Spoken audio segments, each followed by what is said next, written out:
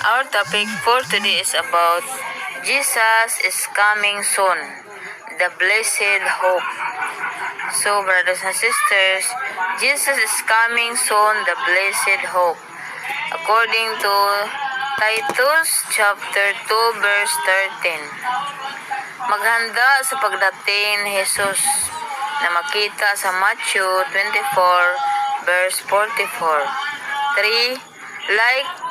Live like you're ready.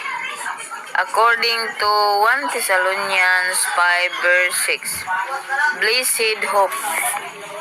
So, brothers and sisters, live like you're ready.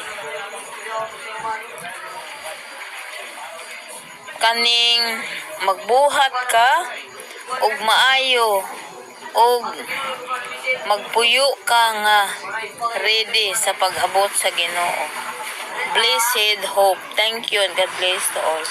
Uy, nanguli man ang nanagat. Waray manguli, ay waray manguli. Waray managat. Nanguli. Ano man, gay ka na sila dito nanagat? Ha? Oh.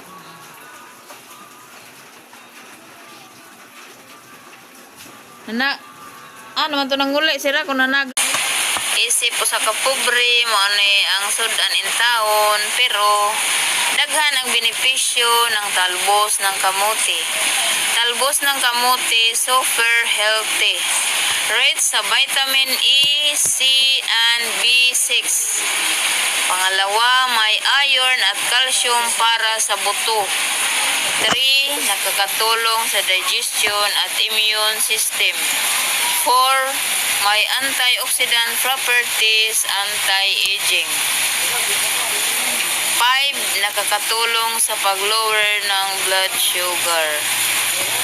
Talbos ng kamote. Thank you and God bless to all.